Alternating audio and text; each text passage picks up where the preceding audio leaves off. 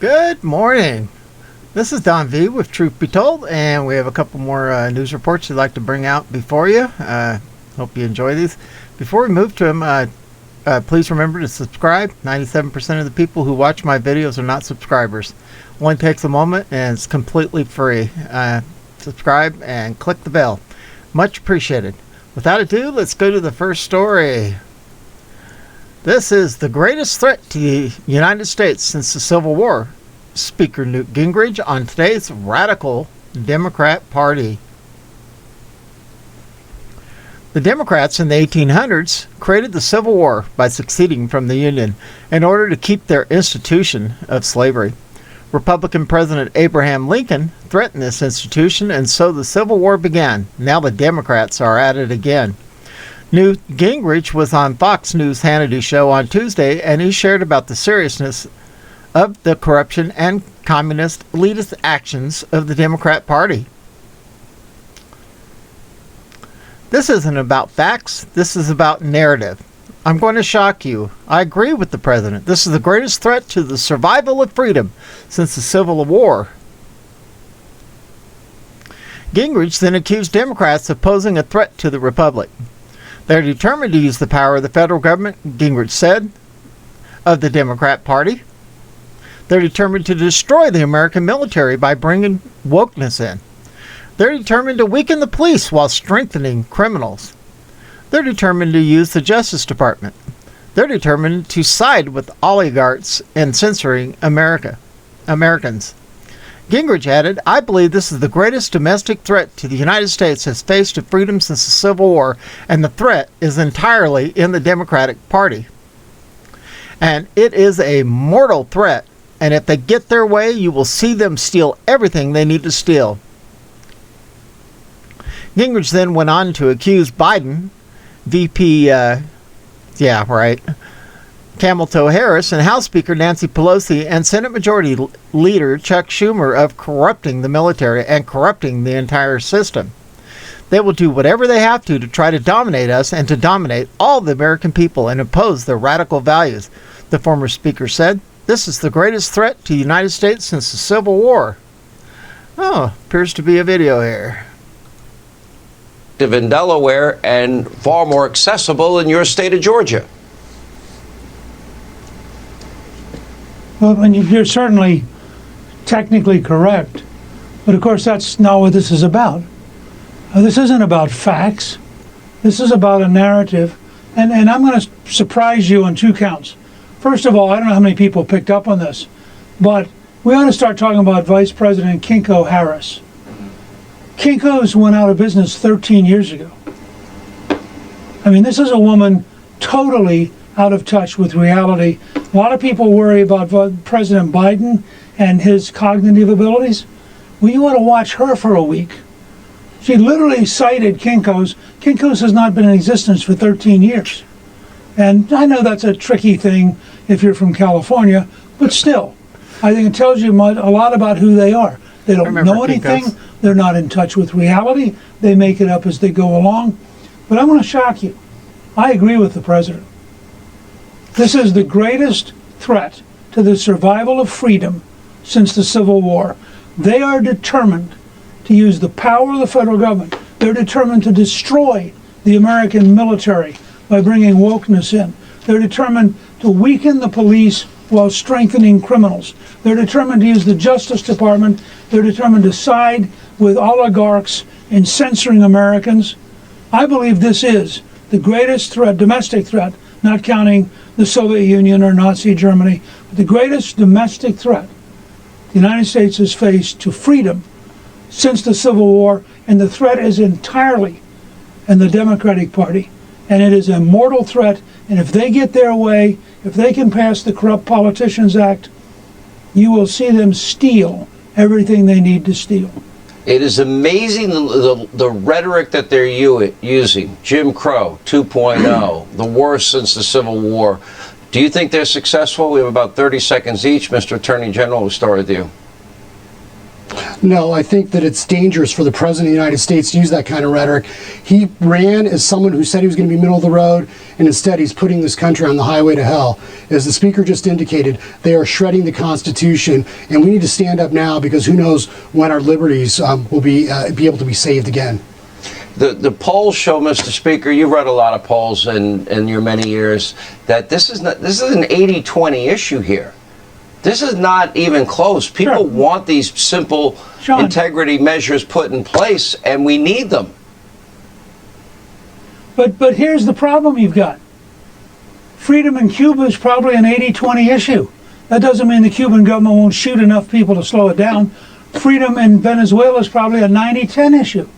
The fact is, these people, the Bidens, the Harrises, the Schumers, the Pelosi's, they're corrupting the military, they're corrupting the entire system, and they will do whatever they have to try to dominate us and to dominate all of the American people and impose their radical values.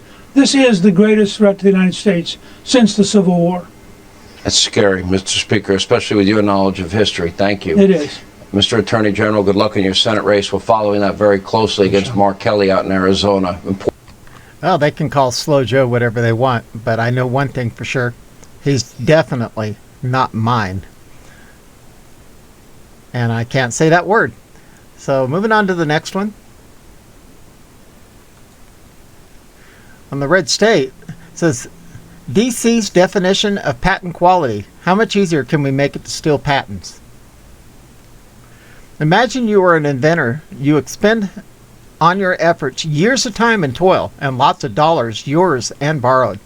You finally manage to create something out of nothing. It is a literal miracle, a gift from God Himself, the great Creator. Your invention is something that will improve the lives of the planet's nearly 8 billion people. So while you and your invention make money, you and your invention make nearly 8 billion people's existences better. It's a quintessential win-win-win-win-win. This is why intellectual property creation is the prototypical example of how and why capitalism works. The improvement of the inventor's standing improves the standing of everyone else on God's earth. But for all this magic to happen, to make all the efforts and expenditures worthwhile, you must be able to protect your invention. This is where strong IP protections come in. Inventors must know the patents, trademarks, and copyrights they receive from the government are rock solid, reliable. Investors and the inventors, too, need to know this, or else there will be no investors in inventors. Without confidence in the security of the IP, the entire system breaks down and no one's life improves. In fact, life for everyone very quickly deteriorates. Many in DC do not seem to care about any of this. Anti-IP people are perhaps the most short-sighted gaggle of humans in the history of humans, and DC contains a lot of short-sighted people. To wit, DC is nearly $300 trillion in debt, and Democrats just proposed spending $3.5 trillion we don't have on a fake infrastructure bill to bribe new votes in next year's election. Very short-sighted. DC has spent the last decade or so engaged in mass IP destruction. Yeah, kind of like Obama moving the Chinese into the patent office, so that way they can get it straight from the horse's mouth and steal it and duplicate it. Moving on, and of course there is a mass messaging component to all this. Lots of DC think tanks and many other messengers spin tall tales about IP. To wit, born are ridiculous lies, like that of the patent troll. When the media reported patent trolls, think people protecting their private property. While we're lost in the patent troll freakout, reformers will eviscerate private property rights. The anti-intellectual property zealots guise their patent troll campaign as lawful lawsuit reform, because just about no one would support them if they opened up and admitted they want to kill intellectual property protection. No matter how dressed up and disguised this effort of patent reform is, it will only fundamentally undermine a crucial component of our free market economy. Patent reform proponents won't mind so much for them. This fail isn't a bug, it's a feature. And born are ridiculous things like this. Debate over patent quality returns to Capitol Hill. Late last month, Senator Patrick Leahy, Democrat VT, chair of the Senate Judiciary Committee Subcommittee on Intellectual Property, held a hearing titled Protecting Real Innovations by Improving Patent Quality. In a press release, Leahy announced that the hearing would explore the root causes of why poor quality patents are issued, the harms they can cause to the broader public, and the benefits of certainty to inventors and knowing that when a patent is issued, it will be good quality. When DC talks about patent quality, hold on to your patents and wallets. Exactly. Perhaps the only upside to elected officials turning what should be a short-term gig into interminable lifetime luxuries is we can see far back into their government past. Remember the aforementioned exceedingly awful American Invents Act? Well, its full name was actually the Lee Smith's America Invents Act, named for its lead sponsor, Senator Patrick Leahy. So the guy lead sponsor responsible for the worst anti-patent legislation in perhaps a century is now leading the charge on DC's definition of patent quality. Has Lee learned anything at all in the intervening decade about how awful his landmark legislation has been for IP and its creators? Heavens no. Leahy has previously wielded the patent quality issue as a hammer in April, criticizing the DJT administration for taking steps to undermine the Leahy-Smith Act. Heaven forbid. Why on earth would the DJT administration want to find ways to mitigate the damage Lee's legislation has done? Thank God, another awful Obama legacy item getting a DJT makeover. The new leader of the U.S. Patent and Trademark Office is Andrei Lanku, and he is already starting to bring about a much-needed revitalization of the American patent system. Soon after taking command of the Patent Office, Director Lanchu gave a speech in which he warned that our patent system is at a crossroads. For years, he said our system has been pushed and pulled, poked and prodded. The result is a system in which the patent grant is less reliable today than it should be. He issued a warning as a nation: we cannot continue down the same path if we want to maintain our global economic leadership. We will not continue down the same path. Instead, the new PTO director vowed to increase the reliability of the patent grant while continuing to improve patent quality. His words have been matched by deeds. Why would anyone be opposed to any of that? Unless, of course, you are opposed to IP in totality, which very much of DC's denizens are, whether they admit it directly or hide behind disingenuous phrases like troll and quality. Oh man, these people. And then they wonder why China has more, hold on a second here,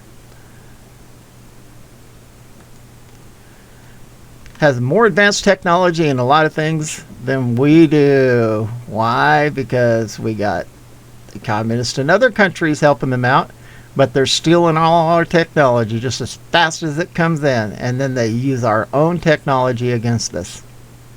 At any rate, guys, this is all I got to report. This is Don V with Truth Be Told, broadcasting under partly cloudy skies. Looks like we might be close to 85 or so today. I'll take that. At any rate, we are out of here.